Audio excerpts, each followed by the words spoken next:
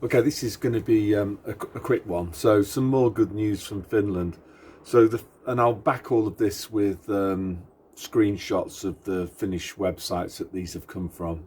And actually, they both come from the equivalent of the BBC in Finland, Yle, which is the state-backed sponsored TV and news outlet.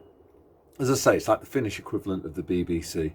So the first story comes from the Finnish Institute for Health. So this organisation called THL that I mentioned before.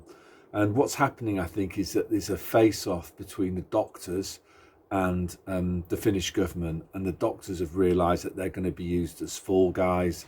And they're trying to basically speak out. Should have done it a bit earlier, but at least they're doing it now.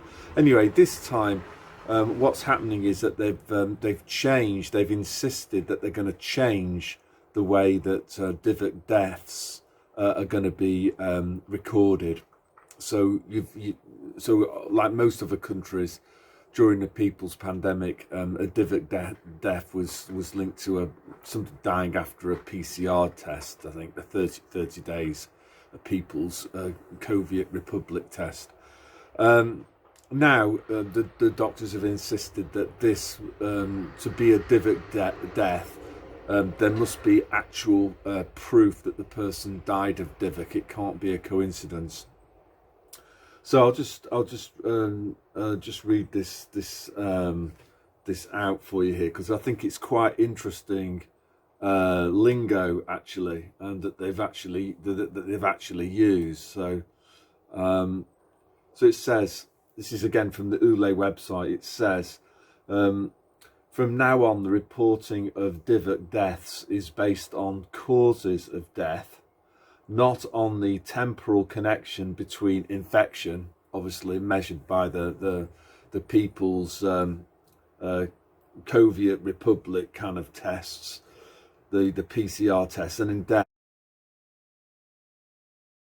The Institute for Health and Welfare says in its press release, on the hospital care side, reporting will be harmonised in terms of which patients are in the hospital with DIVC and which are in the hospital due to the thing itself. I'm struggling with a code word here, but basically they're also going to change the way that hospital admissions are recorded. So for them to actually say that you're in hospital because of DIVC, you actually have to be ill with DIVC. So somebody who's an asymptomatic DIVC that's been confirmed via a PCR, in the past they were classified as being a DIVC admission. In the future they won't. The doctor will have to assess them, and the PCR test doesn't mean anything. So I think that's the big takeaway from this first story, is the PCR tests are being junked basically, in terms of how they affect the official statistics. I'll put up the articles yourself so you can read it without having. Right, the second one is also from Yle, and they say that Finland's total DIVC death toll could be overstated by 40%.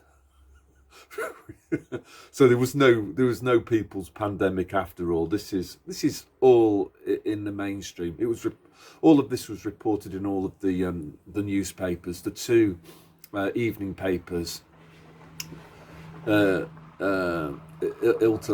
and Ilta-Sanomat. They're basically, if you can imagine the Daily Mail with like triple its market share, that's what you'd have.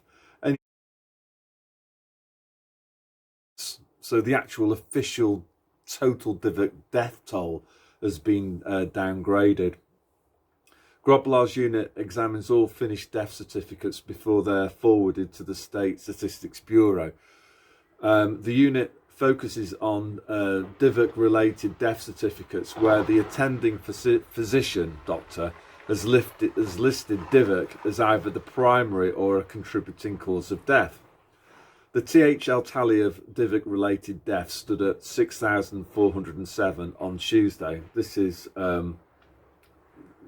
late October's figure. But that figure includes all deaths that have occurred within 30 days of a positive DIVC test.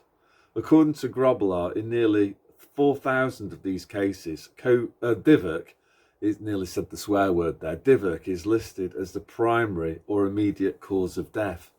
In almost 1,600 cases, DIVC is listed as a contributory factor.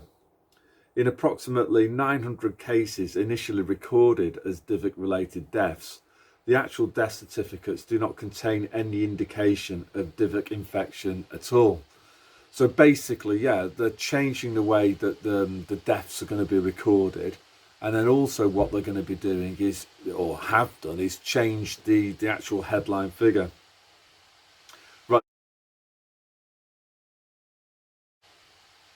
Right, the last bit is hilarious. I'm just going to read this straight out. So it says, average age of DIVC fatalities creeps upward. The median age of those who have died after a positive DIVC test has risen since last spring from 84 to 85. The median age for men is 81, while for women it's 87. What? Most deaths now occur at the very end of the natural life cycle, said Grobbelaar. You can count on the fingers of one hand the number of patients under 60 who have died solely from DIVC since last March, she added. So, yeah, so things are changing rapidly here. So the way that they're recording DIVC deaths is changed. The way that they've the total of the number of DIVC deaths, that's been downgraded by 40%, 40. So that's huge. And then the other thing that they've done is changed the way that they can categorise a hospital admission. That if somebody comes in and then tests positive for DIVC, that's not enough to say that they're a DIVC admission. A doctor has to examine them and look at their physical symptoms, not just the PCR test, the pro-COVIET Republic test, whatever you want to call it.